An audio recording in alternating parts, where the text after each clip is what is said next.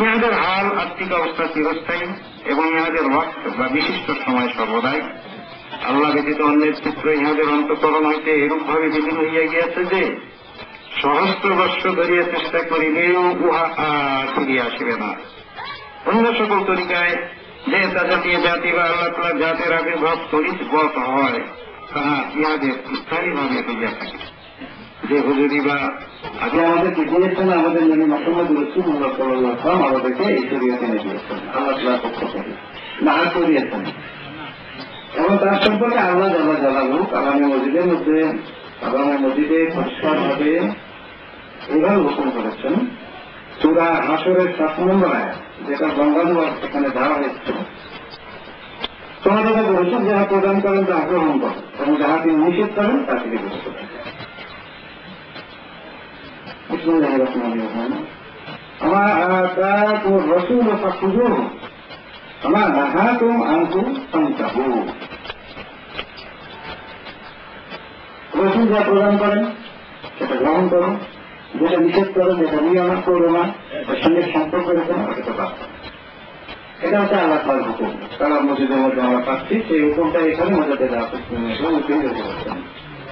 তারপরে বলেছেন আমরা যখন একবার বা উদ্দেশ্য বিশুদ্ধির জন্য আদিষ্ট, আর আমরা যে হুকুমগুলো মানব শরীয়তের নেই, আমরা যেরকম হুকুমগুলো যেমন প্রতিপালন করবো, একটা মানবো আর একটা মানবো না। এই যে নিষেধ যেগুলো আছে সেগুলো করবো না, আদেশ যেগুলো আছে সেগুলো করবো, এগুলো করা পিছনে অন্তর আমাদের অভ্যন্তরীণ নিয়ত কখনো মুখে দেখা যায় না, এটা অন্তরের ব্যাপার, করবে না। এই নিয়তটা শুদ্ধ হতো, না হলে আমাদের মানাটা কোনো কাজে হবে না। সবাই একমাত্র আল্লাহ তাআলার জন্যই নিয়ত, আল্লাহ তাআলার জন্যই আমরা আমল করছি। নামাজ পড়তেছি আমরা আল্লাহর সন্তুষ্টির জন্য, বা অন্যান্য অন্যায় গুনাহ কাজ করবো না সেটা তো আমরা আল্লাহর সন্তুষ্টির জন্য। এই নিয়ত ছাড়া অন্য কোন নিয়ত যদি আসে তাহলে এটা অশুদ্ধ হয়ে গেল। এবারে যদি আমরা যদি নামাজ কালাম হজ জাকাত যাই করি না কেন, আমাদের সমস্ত কিছু অশুদ্ধ হয়ে যাবে। এই আল্লাহ তাআলা মসজিদ অনুযায়ী দেখা হচ্ছে তিনি বলছেন এগুলা হবে না, আল্লাহ তাআলা কবুল করবেন না। সেটা এগুলা সম্পর্কে এখানে যে আয়াতটুকু আয়াত করে এখানে ইমাম মুজাদ্দিদ রাহিমাহুল্লাহ উল্লেখ করেছেন, এগুলার সম্পর্কে আয়াত কালাম করতে বহু আয়াত আছে, হাদিস থেকে বহু আয়াত আছে। এখানে ছোট্ট করে যেটা বলেছেন আল্লাহ, আল্লাহ মানে হুঁশিয়ার, বিশুদ্ধ দিন করা। এখন এখানে এ কথা ব্যাখ্যা করতে গেলে যেটা হয় সেটা বিশুদ্ধ হতে গেলে আমরা আমাদের জিন্দাগি, আমাদের আমলকে শুদ্ধ করতে গেলে প্রথমে আমাদেরকে শুদ্ধ হতে হবে। আমরা নিজেরা শুদ্ধ না হলে আমরা যেটা করবো ওটা শুদ্ধ হবে।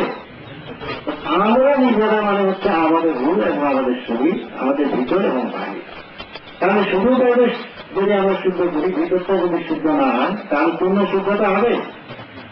আর যেটা পূর্ণ না হয় সেটা কি পূর্ণ ফল পাওয়া যায়?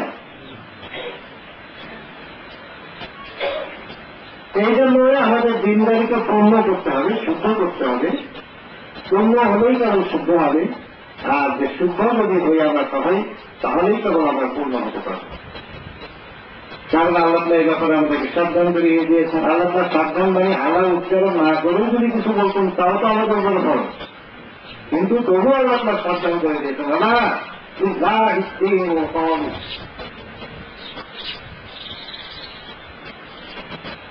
তা আমাদের বাহিরকে পবিত্র করার জন্য, শুদ্ধ করার জন্য জানেন মাত্র সবাই ব্যবহার করলে কাপড় পবিত্র হবে। তারপরে যে জিনিস যেটা আমরা আহার করি এটা হালাল পদ্ধতিতে উপার্জন করতে হবে। যদি হারাম পদ্ধতিতে উপার্জন করা হয়, ঘুষ সুদ বা ওজনে কম দিয়ে চলতে দিন ধরে ব্যবসা বাণিজ্য করে যদি আমরা এটা, তাহলে ওটা শুদ্ধ হবে, ওটা পাক হবে, খাদ্যটা হবে না। এইভাবে আমাদের শরীরকে, আমাদের রিজিককে পাক করার জন্য, আমাদের শরীরকে পাক করার জন্য, আমাদের বস্ত্রকে পাক করার জন্য, আমাদের নামাজের স্থানকে পাক করার জন্য মাথায় বর্ণিত হচ্ছে, বিধান বর্ণিত হচ্ছে। সে সমস্ত জানতে হবে এবং সমস্ত মানতে হবে। মানলে আমাদের গায়েরকে, আমাদের বাহিরকে, আমাদের বাহিরের কর্মকাণ্ডকে এবং বাহিরে আমাদের অস্তিত্বকে, শরীরকে আমরা শুদ্ধ করে নিতে পারব। তারপরও আরো শুদ্ধতা বাকি থাকে, সেটা হচ্ছে অভ্যন্তরীণ শুদ্ধতা, সেটা কল্পের বিশুদ্ধতার উপরে নির্ভর করে। আর কল্প বিশুদ্ধ হবে তখনই যখন কল্পে আল্লাহ জিকির বিরতিহীনভাবে আমরা জারি করে নিতে পারবো। আর ওই জন্যই তরিকায় আসা, এটা বিভিন্ন তরিকায় বিভিন্নভাবে হয়। আর ম্যাক্সিমাম তরিকায় সবচেয়ে দ্রুত হয়, সহজভাবে হয় এবং বিরতিহীনভাবে হয়। সেটা তো পর্ব আলোচনা বলেছেন। তো সুতরাং নিজেকে এ বিষয় যেটা আমাদের আয়ত্তের মধ্যে আছে, আমরা ইচ্ছা করলে পারি, আবার অনেকে পারবো না, অনেকে নামাজ পড়ে না, গাড়ি ভাবে রুকুর চেষ্টা করবে, এটাও পারে না, এটা পারে না। আবার অনেকে আছে যে গাড়ি ভাবে ঠিক করলে কিন্তু বাঁচা নিতে পারে না, নামাজ পড়া রুকুর চেষ্টা ঠিক করছি, সব নামাজের মধ্যে আছে, কেবল কল্প নামাজের মধ্যে নেই। আমাদের হাত পা, আমাদের শরীর, বাইরে অঙ্গ প্রত্যঙ্গ নামাজের ব্যবহার যেমন করতে হবে, তেমনি আমাদের কল্পকে তো নামাজের ব্যবহার করতে হবে, নাকি? কল্প যদি এদিকে ওদিকে অমনোযোগী হয়, তাহলে নামাজের মধ্যে শুধু হাজরই থাকবে না। আমাদের শরীর যদি নামাজের বস্ত্রের মধ্যে না দাঁড় করাই, তাহলে রূপচর্চা করতে পারবো। তেমনি আমাদের কল্প যদি আমরা নামাজের মধ্যে হাজির না করতে পারি, তো নামাজের মধ্যে মনসংযোগ হবে। মনসংযোগ যদি না হয় তো কোনো কাজ হবে না, হয় না, হওয়া সম্ভব। প্রথমে কোনো কাজ মনোযোগ ছাড়া হয়, তাহলে আগের তো কাজ মনোযোগ ছাড়া হবে। সুতরাং এই শুদ্ধতা অর্জন করতে গেলে শুদ্ধতার মানেটা জানতে হবে, যে বাহ্যিক শুদ্ধতা এবং অভ্যন্তরীণ শুদ্ধতা দুদিক থেকে আমাদের খবর করতে হবে। আর অভ্যন্তরীণ প্রতিক্রিয়া